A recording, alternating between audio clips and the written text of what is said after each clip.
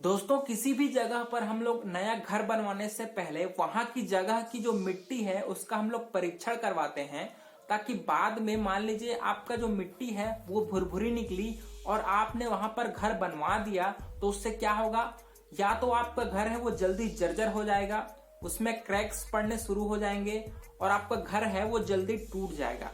वैसे ही दोस्तों तालाब निर्माण करवाने से पहले हम लोग जिस जगह पर हम लोग तालाब निर्माण करवाना चाहते हैं वहां की मिट्टी का परीक्षण करवाते हैं, ताकि वहां की मिट्टी का क्वालिटी, उसके पीएच, उसके टेक्सचर के बारे में हमको पता चल जाए। जैसे दोस्तों डॉक्टर हमको सजेस्ट करता है कि आप तांबे के बर्तन वाले बर्तन से ही पानी पीजिए क्योंकि उससे हमको आयरन मिलता है, वैसे ही दोस्तों तालाब है उसका बर्तन है दोस्तों उसकी मिट्टी, क्योंकि जो तालाब का पानी है वो अल्टीमेटली मिट्टी के टच में है। जैसे तांबे के बर्तन में पानी पीने से मनुष्य को आयरन मिलता है, वैसे ही दोस्तों आप अच्छी क्वालिटी के मिट्टी में अगर आप अपना तालाब बनवाएंगे दोस्तों तो वहां से भी मछलियों को मिनरल्स मिलता है, क्योंकि मिट्टी और पानी में मिनरल्स का एक्सचेंज होता है दोस्तों, और सारे मिनरल्स हैं वो मछली को फायदा पहुंचाता है।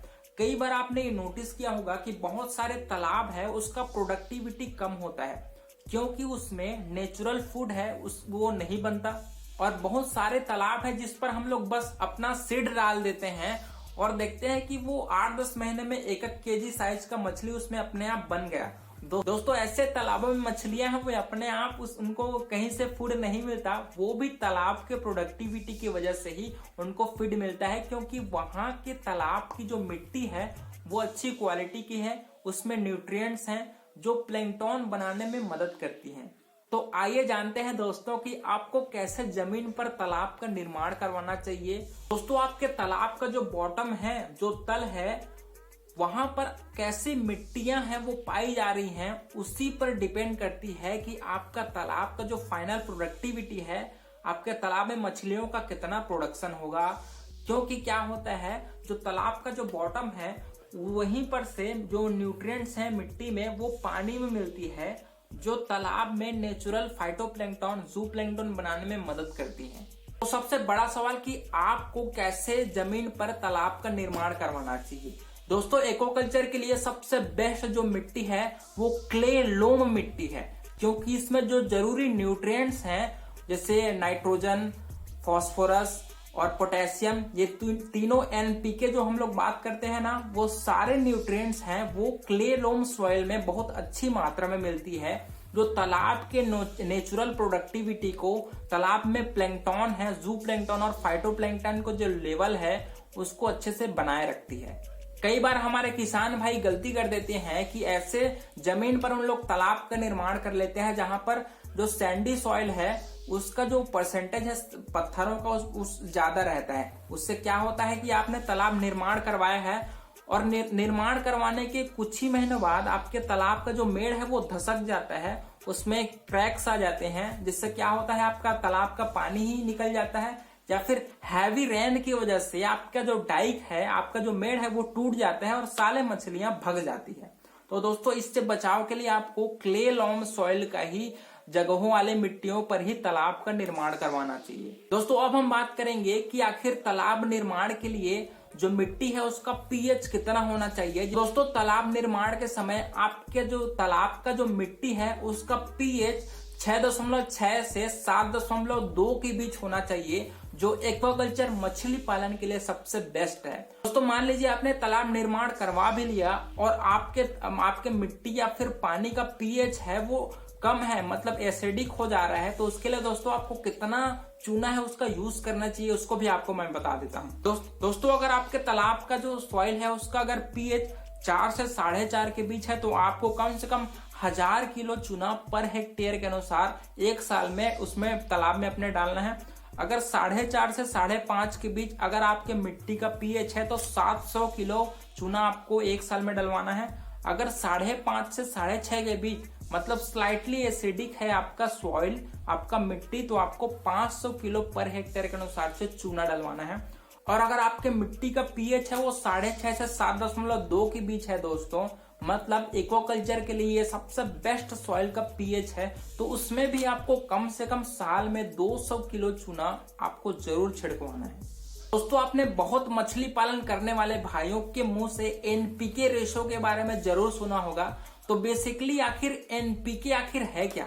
दोस्तों एनपीके है वो जरूरी न्यूट्रिएंट्स हैं जो हमारे तालाब में नेचुरल प्रोडक्टिविटी, प्लैंकटन डेवलपमेंट के लिए जरूरी होता है।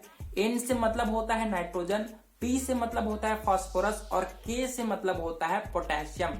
तो आखिर इन तीनों जरूरी न्यूट्रिएंट्स का हमारे तालाब में कितना लेवल होना चाहिए उसके बारे में जरा बात करते हैं। दोस्तों अगर आपके तालाब के मिट्टी में नाइट्रोजन है वो 50 से 65 ग्राम पर 100 ग्राम मिट्टी में अगर अवेलेबल है नाइट्रोजन, तो दोस्तों वो एक्वाकल्चर के लिए सबसे बेस्ट है।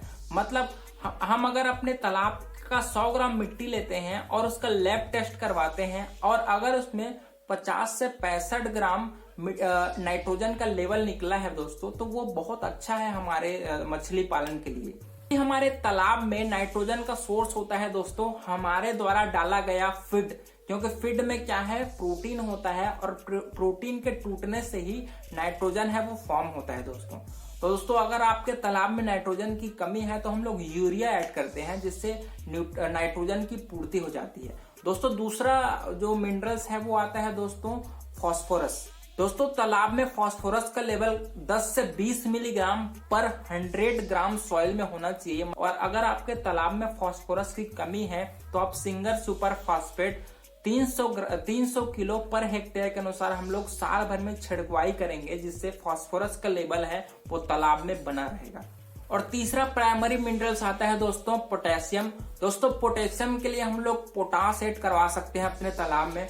पोटेशियम है वो मछली के डिसीज रेजिस्टेंस, उसके जो एपेटाइट है, जो भूख लगने का प्रोसेस है उस पर इफेक्ट डालता है और ओवरऑल प्राइमरी प्रोडक्टिविटी मतलब प्लैंकटन प्रोडक्शन के लिए पोटास है वो जिम्मेदार है दोस्तों। तो दोस्तों इन तीनों इंपॉर्टेंट मिनरल्स का आपको परसेंटेज जरूर याद रखना है। अपने तालाब में उतना परसेंटेज में मतलब एनपीके रेशो को मेंटेन करना है। उसके लिए हम लोग फर्टिलाइजर जैसे पोल्ट्री मैन्यूर हो गया या फिर सिंगल सुपर फास्फेट हो गया या फिर यूरिया हो गया या फिर काउ डंक हो गया, तो दोस्तों ऐसे जो फर्टिलाइजर है उसको हम लोग यूज कर सकते हैं और अपने तालाब में एनपीके रेशो को मेंटेन कर सकते हैं। तो दोस्तों ये रहा कि आपके तालाब कैसे मिट्टी में आप तालाब निर्माण करवाएंगे, मिट्टी का टेक्सचर कैसा होगा, मिट्टी का पीएच कितना होना चाहिए, आपके तालाब में एनपीके रेशो है वो कितना होना चाहिए दोस्तों।